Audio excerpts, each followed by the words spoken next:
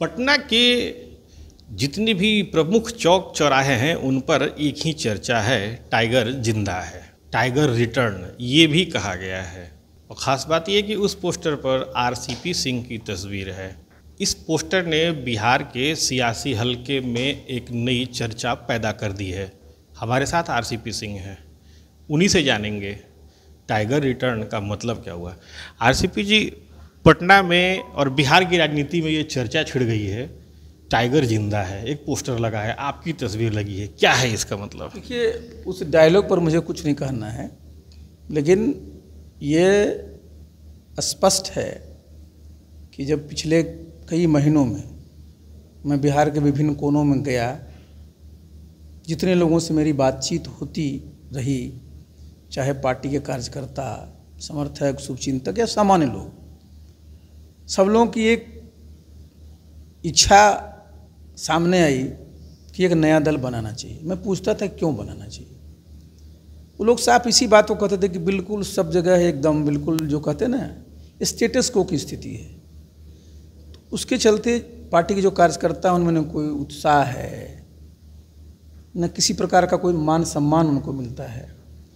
और मैं संगठन का आदमी रहा हूँ, चाहे सरकारी संगठन में रहा या राजनीतिक संगठन में रहा, मेरा लगाव हमेशा इनसे रहता है।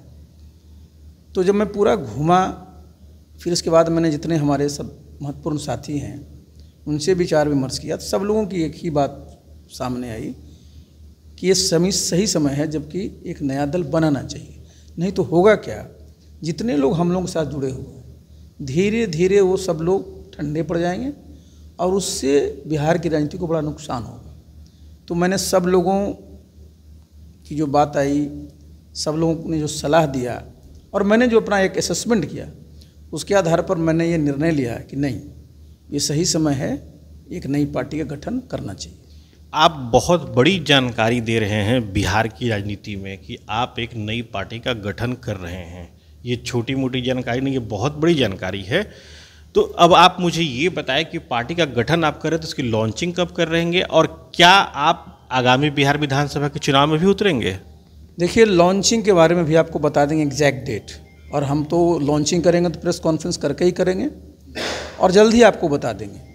और जहाँ तक चुनाव में भागीदारी करने की बात है, तो जब पार्टी हम लोग लॉन्च कर देंगे उसके बाद पूरे बिहार का हम लोग सब दौरा करेंगे, सब साथियों से विचार विमर्श होगा, उनसे संवाद होगा और जहाँ जहाँ हम देखेंगे कि हमारे मजबूत साथी हैं, चुनाव लड़ने के इच्छुक हैं, उन्होंने इसमें अपनी दिलचस्पी दिखाई है और उस समय जो फिर समीकरण एक सामने बन करके आएगा तो हम लोग निर्णय लेंगे।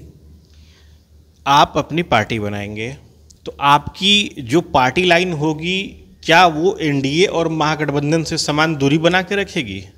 देखिए, सबसे पहले जब हम अपनी पार्टी बनाएंगे तो हम अपनी पार्टी को ताकतवर करना चाहेंगे।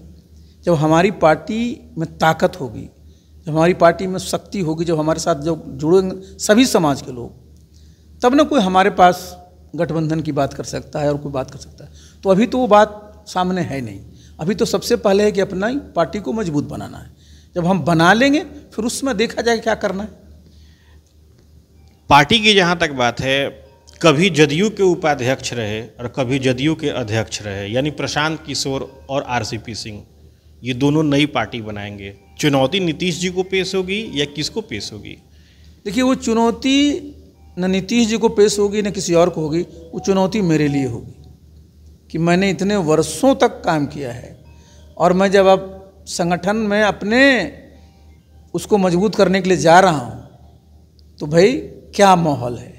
और चुनौती तो मैं स्वीकार किया हूँ और चुनौती जब मैं स्वीकार किया हूँ तो निश्चित रूप से उसको मैं अवसर में बदलूँगा। एक सूचना ये भी आई थी कि आप बिहार की तकरीबन 130 या 35 सीटों पर तैयारी कर रहे हैं। आपने बजाबते एक स्क्रीनिंग भी कर रखी है कि आप 130 या 135 सीटों पर अपने उम्मीदवारों को उतारेंगे। ये सूचना कहाँ तक सही है? देखिए, मैंने बताया ना कि मैं चूँकि पॉलिटिकल आदमी हूँ और मैं संगठन में हमेशा रहा हूँ, तो जहाँ जहाँ हमारे मजबूत साथी जिनमें चुनाव लड़ने की क्षमता है, जो चुनाव लड़ने के इच्छुक है, एक बात जरूर जान लीजिए, राजनीति में जो रहता है ना, उनकी इच्छा होती है कि मैं भी चुनाव लड़ूं। तो मैं जब भी कहीं जाता हूं तो मेरी एक आदत है कि जो साथी हमारे हैं उनका मैं नोट करता हूं, मैं उनसे खुल के पूछता हूं कि आप अपने मनसा बताइए, आपको चुनाव लड़ना है, चुनाव लड़ना है तो कहाँ से लड़ना चाहते हैं, तो मैं उसका एक जब वो बताते हैं उसके आधार पर हम नोट करते हैं, लेकिन कोई अंतिम नहीं होता है वो, क्योंकि जब आप निर्णय लेंगे तो उस समय वो सब चीज़ पर उनसे पूछा जाएगा, लेकिन एक अंदाज तो लग ही जाता है कि भाई ये इस काम के लिए इच्छुक है। आपकी नज़र में क्या एनडीए और महागठबंधन बिहार में बेहतर विकल्प है या विकल्प की ज़रूरत है? देखिए, राजनीति में क्या होता है, ये विकल्प का ही संघर्ष है जी, ये विकल्प का ही संघर्ष है राजनीति। जो भी दल है वो जनता के सामने अपना कार्य योजना लेके जाते हैं। अब जनता उन सब में देखती कौन सा विकल्प अच्छा है, ये निर्णय जनता के लेना होता है। और आप जब विकल्प सामने जाते हैं तो अगर कोई पुराना दल रहता है तो उसके बारे में सबको पता रहता है, नए दल के बारे में बहुत पता नहीं रहता है। तो नए दल का प्लस भी है माइनस भी है। प्लस में भी उनको लगता है कि नया है तो हो सकता है कुछ नया करे, माइनस में ये होता है कि पता नहीं नया है कुछ करेगा कि नहीं करेगा। लेकिन निश्चित रूप से राजनीति में भी नवीनता आती रहनी चाहिए, तब इसमें जो भी एक बिल्कुल स्टेटस को बन जाता है ना वो खत्म होता है।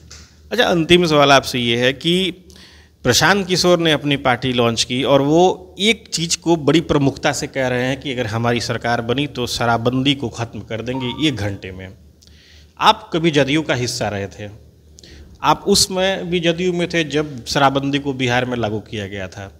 आपकी पार्टी अगर बिहार की राजनीति में आती है तो शराबबंदी पर आपका स्टैंड क्या होगा? मैं बताता हूँ, प्रशांत जी को मैं जानता हूँ क्योंकि हम लोग साथ काम किए। तो प्रशांत जी जो इस बात को कह रहे हैं कि 1 घंटा में ख़त्म कर देंगे, वो तो संभव नहीं है, क्योंकि उनको तो भाई न तो सरकार चलाने का अनुभव है न और चीज़ का अनुभव है। अगर वो मुख्यमंत्री बन जाते हैं, आप उन्हीं के लेकर चलिए, तो 1 घंटा में तो उनकी कैबिनेट मीटिंग भी पहले नहीं होगी।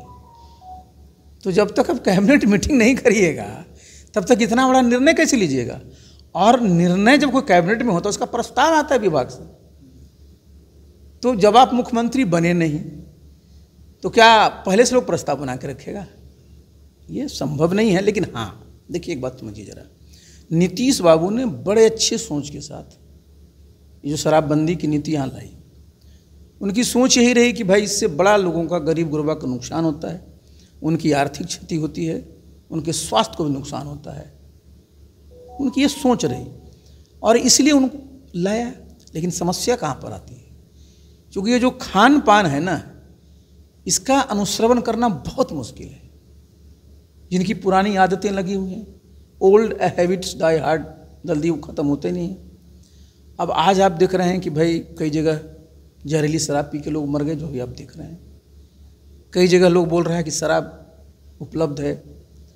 तो शराब जो बंद करने की नीति में समस्या नहीं है, लेकिन चूंकि इसको लागू करना, इन्फोर्स करना इतना आसान नहीं है। सिर्फ कानून बना के फिर इन्फोर्स नहीं कर सकते, कानून भी रहना चाहिए और साथ साथ कैसे लोगों को जागरूक किया जाए, जन जागरण चलाना पड़ेगा कि भाई शराब के क्या क्या नुकसान है। ये दोनों जब कार्रवाई चलते रहती है तो धीरे धीरे, देखिए ये तो समझिए सामाजिक सुधार का कार्यक्रम है ना।